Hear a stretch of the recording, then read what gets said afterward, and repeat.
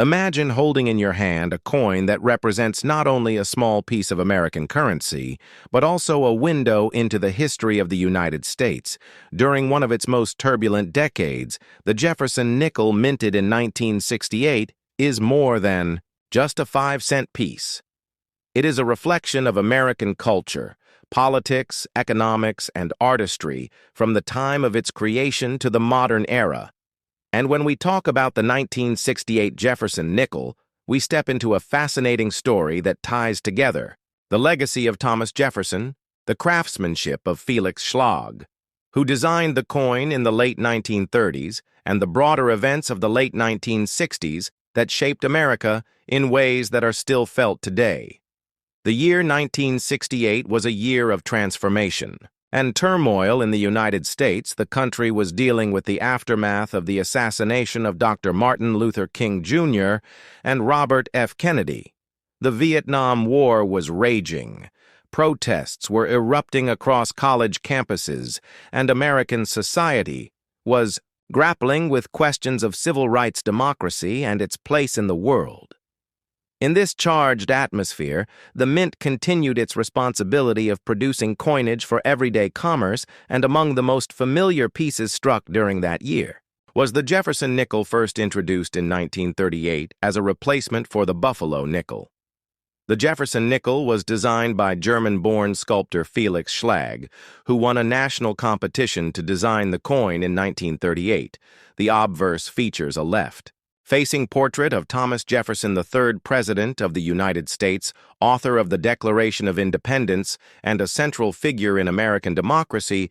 The reverse features his famous Virginia estate Monticello, which Jefferson himself designed and which stands as a symbol of his intellect and his contradictions, as both an advocate for liberty and a man who owned enslaved people by 1968. Schlag's design had been circulating for 3 decades, and the coin had become a trusted staple in American pockets, purses, and cash registers. Now, what makes the 1968 Jefferson nickel particularly interesting is not just the design itself, but the context of minting in that specific year. Prior to 1968, all proof coins had been struck. In Philadelphia, however, beginning in 1968, proof production was moved permanently to the San Francisco Mint. This marked a turning point in the history of American coinage. The 1968 proof, Jefferson nickels, struck at San Francisco with the S mint mark, became the very first modern proof coins to carry that designation. Collectors instantly recognized these pieces as significant because they marked the revival of proof coinage after a 3-year hiatus between 1965 and 1967. During that suspension, proof and uncirculated mint sets were replaced with so-called special mint sets, which did not achieve the same level of mirror-like finish and sharp detail that collectors loved. The return of proof coins in 1968, with the Jefferson nickel leading the way, restored a sense of artistry and tradition to American numismatics. The circulation strikes of the 1968 nickel also have a story of their own. The coins were minted at 3 facilities: Philadelphia, Denver, and San Francisco. Unlike Philadelphia nickels of earlier years, which carried no mint mark, the 1968 issues introduced a permanent change. All mint marks now appeared on the obverse of the coin, just below Jefferson's portrait on the right side near the rim. This was a significant modification, because for decades the placement of mint marks had been a subject of debate, and in 1965 the Mint had even removed mint marks entirely to discourage coin hoarding during a nationwide shortage. When the mint marks returned in 1968, their new position on the obverse signaled both a design shift and a renewed sense of transparency for collectors and the general public. In terms of mintage, the 1968 nickels struck at Philadelphia, Denver, and San Francisco circulated widely and were used in everyday commerce across the country. These were not rare in general circulation, but certain varieties and conditions became valuable over time. For example, proof strikes from San Francisco that were particularly well preserved or featured deep cameo contrasts between frosted devices and mirrored fields grew in demand among collectors. Similarly, circulation strikes with full steps on the Monticello reverse, a grading designation that refers to sharp and complete detail in the depiction of the steps became especially sought after since most coins did not strike with that level of clarity due to the mint's high-speed production. Understanding the historical role of the 1968 nickel also requires a look at how coinage fit into the broader economic situation of the late 1960s. Inflation was beginning to take hold, and the United States was still adjusting to the removal of silver from its coinage earlier in the decade, while nickels never contained silver except for the wartime alloy years. Between 1942 and 1945, when nickel was needed for the war effort, the public had grown accustomed to seeing design and compositional changes across coin denominations. The Jefferson nickel stood as one of the few coins whose design and metallic composition remained unchanged during this time. Its stability provided a kind of continuity amidst economic uncertainty. Collectors often point out that the 1968 Jefferson nickel is a coin of transitions. It represents the transition from Philadelphia to San Francisco, for proof strikes the transition of mint mark placement to the obverse, the transition back to proof production after the special mint set years, and the broader transition of America itself through a decade of upheaval and change. While a single 5-cent piece may seem insignificant, it reflects the story of a nation striving to balance tradition with change and stability with innovation. To truly appreciate the 1968 Jefferson nickel, you have to think about the layers of meaning it carries at the surface. It is simply a common coin struck in the millions and used in daily transactions at gas stations, diners, and grocery stores. But for numismatists, it is an artifact of design, history, monetary policy, and cultural symbolism. The details of its production, the choices made by the mint, and the reception by collectors all combine to give this coin a depth that extends far beyond its face value. By the time you finish studying the history of the 1968 Jefferson nickel, you realize that no coin exists in isolation. Every detail, from the placement of a mint mark to the shine of a proof finish, tells a story about the people who made it, the time in which it was struck, and the values that shaped the nation. And that is why, when you hold a 1968 nickel in your hand, you are not just holding a piece of metal, you are holding a chapter in American history. Imagine holding a simple 5-cent piece in your hand and realizing that it tells a story of American history, design, legacy, minting technology, and a continuing journey that stretches back to 1938. The Jefferson nickel has been a constant presence in American coinage, and in 1996, the United States Mint continued that tradition with a coin that at first glance may appear ordinary. Yet beneath its surface, it holds remarkable importance both to collectors and historians alike. The 1996 Jefferson nickel represents a point in the series where decades of tradition, design, and production merged with the evolving technological advances of the U.S. Mint, and it is a coin that speaks to stability in an era of change. To understand the 1996 Jefferson nickel, we must first revisit the origins of the series itself, created in 1938 to replace the Buffalo nickel.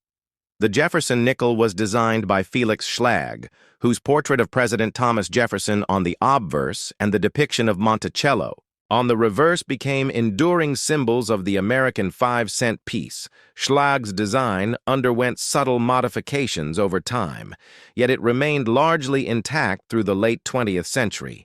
And the 1996 issue is part of that long, continuous chapter. By the 1990s, the Jefferson nickel had already been in circulation for nearly 6 decades, and the design was deeply familiar to generations of Americans. The obverse displayed the left-facing bust of Thomas Jefferson with the inscriptions, "In God We Trust, Liberty," and the date, while the reverse continued to feature Monticello Jefferson's Virginia estate with the inscriptions, E pluribus unum, Monticello 5 cents, and United States of America. The 1996 nickel carried this same iconic design, making it instantly recognizable to the millions who used it in everyday commerce, and yet for numismatists and specialists, this coin offers far more than simple familiarity. The minting of the 1996 nickel took place at multiple facilities, including Philadelphia, Denver, and San Francisco, each contributing their own distinct mint marks and production characteristics. Philadelphia struck coins without a mint mark, as was customary since 1980. Denver coins carried the D mint mark, and San Francisco issued proof coins for collectors marked with the S mint mark.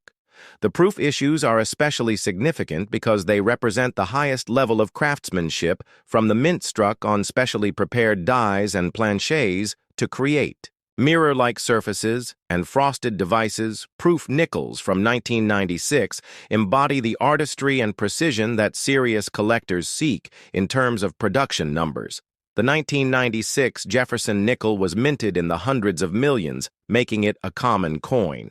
In circulation, however, the details of strike-quality mint luster and die state all contribute to the collector value. High-grade examples, particularly those in mint state 67 or higher, are significantly scarcer and prized by numismatists. The San Francisco proofs are even more carefully preserved, and examples in flawless condition graded PR70 Deep Cameo are among the most desirable.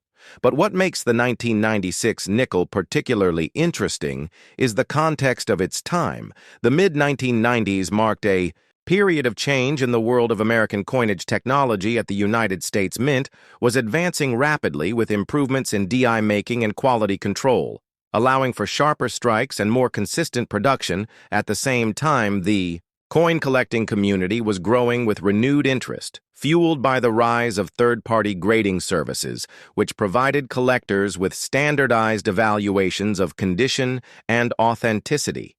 This trend meant that ordinary circulating issues, like the 1996 nickel, could be examined under new scrutiny, with collectors searching for varieties, errors, and high-grade specimens. Error coins from 1996 have drawn special attention among collectors.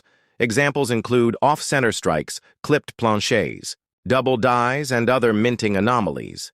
Each error transforms a common coin into a rare collectible commanding much higher values and serving as a reminder of the unpredictable human and mechanical factors at play within the minting process. These errors give the 1996 nickel an added layer of intrigue, making each surviving piece a potential treasure waiting to be discovered in pocket change. The design itself invites further appreciation. Thomas Jefferson, as the third President of the United States, author of the Declaration of Independence and a central figure in American history, has long been honored through his presence on the nickel, and Monticello, his architectural masterpiece, reflects his vision of art science and nation-building. The continuation of Schlag's design in 1996 connects the coin directly to this legacy, reinforcing the cultural and educational value of even the most ordinary 5-cent piece. As collectors examine the 1996 Jefferson nickel, they often look to grade rarity and strike quality. Yet the deeper story lies in how this coin connects to the larger narrative of American numismatics. It stands at the crossroads between the old and the new, continuing a design that had endured since 1938, while existing just a few years before the dramatic changes that would come in the early 2000s with the Westward Journey nickel series and the eventual redesign of Jefferson's portrait. The 1996 nickel therefore represents both continuity and the threshold of transition in circulation. The 1996 nickel served its basic purpose faithfully. Millions of Americans used it in daily life, in vending machines at grocery stores, and in countless small transactions. Its durability and practicality were a testament to the efficiency of American coinage. Yet, in collections, it became a point of study, a piece where condition, rarity, and even the smallest variations in die production could make the difference between a common coin and a highly sought-after prize. Looking at the 1996 Jefferson nickel today, we can appreciate it not just as currency, but as a snapshot of numismatic history. It belongs to an era where coinage was stable and consistent, yet where collectors were beginning to view even modern issues with a sharper eye. It is a coin that tells a story of design, endurance, minting progress, and collector enthusiasm. Its role in the larger Jefferson Nickel series is a vital one, representing both the longevity of Schlag's vision and the ongoing relevance of Jefferson and Monticello in American cultural memory. Thus, the 1996 Jefferson Nickel is more than a simple piece of change. It is a link in the long chain of American coinage history. It is a testament to the artistry of Felix Schlag, the technological capabilities of the U.S. Mint in the 1990s, and the unbroken tradition of honoring Jefferson's legacy through numismatic design for the collector, the historian, and the casual observer alike. The 1996 nickel offers a chance to hold history in the palm of your hand and to see in its familiar surfaces a deeper story of America's past, present, and future. Imagine holding in your hand a coin that carries the weight of American history, a coin that has witnessed the passing of generations, a coin that marked the very beginning years of one of the most iconic designs in United States coinage. We are talking about the 1939 Jefferson Nickel, a piece of money that is far more than just 5 cents. It is a gateway into the past, a reflection of art, politics, and the economy of its time, and a story that blends numismatic beauty with the struggles of a changing nation. To understand the importance of the 1939 Jefferson Nickel, we must go back to its origins and examine why this coin came into being at all. For decades before its arrival, the 5-cent denomination was dominated by the buffalo nickel, designed by James Earl Fraser, the buffalo. Nickel, first released in 1913, was beloved for its rugged portrayal of a Native American on the obverse and the American bison on the reverse. Yet as years went on, mint officials began to complain about the practicality of the design. The buffalo nickel was notoriously difficult to strike properly. The details often wore down quickly, and the design presented challenges for long-term coinage use. By the mid-1930s, the United States Mint had already been preparing to replace it, and that is when the call for a new design emerged. The Treasury announced a competition inviting artists to submit their concepts for the new 5-cent coin. The challenge was to honor one of the nation's great leaders. And so the focus turned to Thomas Jefferson, author of the Declaration of Independence, 3rd President of the United States, and founder of the University of Virginia. His home Monticello would also become part of the design. The winner of the competition was Felix Schlag, a German-born sculptor who immigrated to the United States. His vision was chosen over hundreds of submissions, and the Jefferson Nickel was born in 1938. But the year 1939 was the first full year of wide production, and thus holds a very special place in history. This year was also critical because it marked the first significant adjustments to the design, and these small but important differences would go on to intrigue collectors for generations. The 1939 Jefferson Nickel comes in 2 primary reverse varieties, one with a reverse of 1938 style and the other with an improved reverse of 1940 style. The difference lies in the lettering and detail on Monticello. In the first version, the letters in Monticello and 5 cents are weak and curved, while in the later variety they were sharpened and strengthened. This seemingly small detail has created one of the most fascinating collectible points for this coin, and it is why 1939 nickels are so heavily studied within numismatics. As we move deeper into the historical context, the world of 1939 was a turbulent one. America was emerging from the Great Depression. Europe was plunging into the beginning stages of World War II, and the role of coinage became more than just commerce. It became a symbol of stability. The Jefferson Nickel was a fresh design meant to bring pride to the American people. Its smooth, clean portrait of Jefferson facing left with Monticello on the back gave the coin a sense of dignity. It was modern yet classical, and it represented ideals of leadership and home.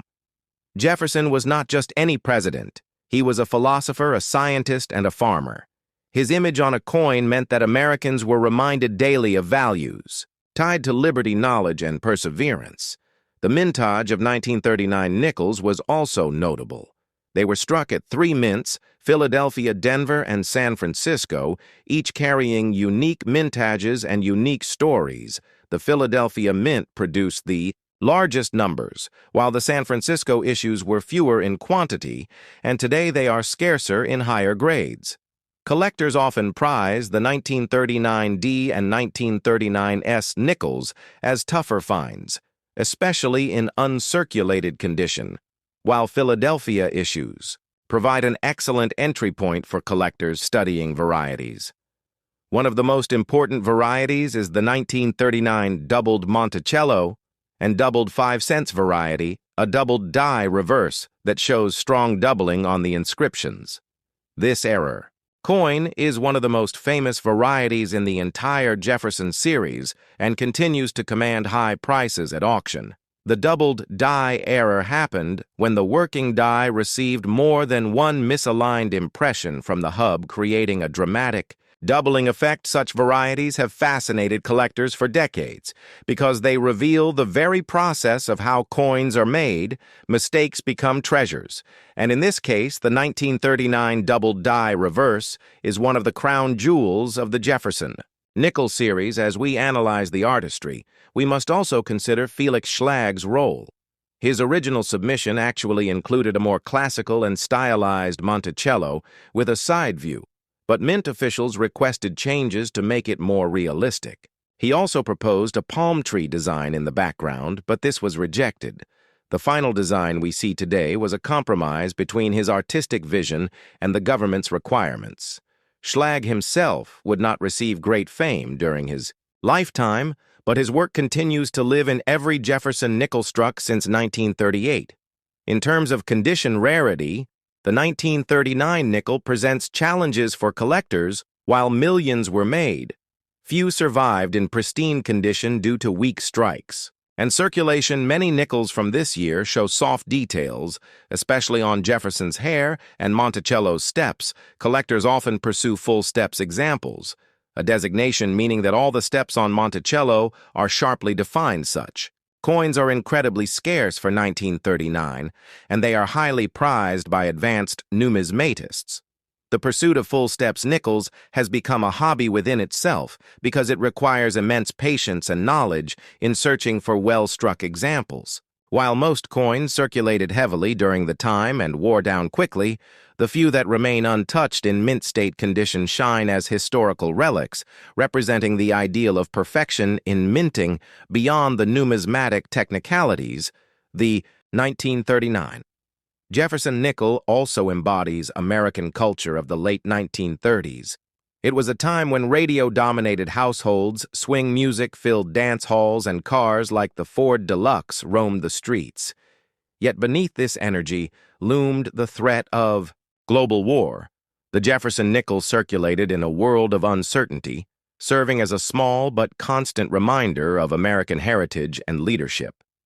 Thomas Jefferson's face symbolized not only money, but also ideals that the United States was striving to uphold. As the 1939 nickel spread through commerce, it touched the lives of millions buying food, paying for transportation exchanged in shops and banks. It was handled by farmers, factory workers, children saving coins in jars, and soldiers. Soon, to be called into service during the coming war, the Jefferson nickel became a part of daily life. Its durability and wide circulation ensured that nearly every American would encounter it, thus making it a truly national coin. The legacy of the 1939 Jefferson nickel is vast.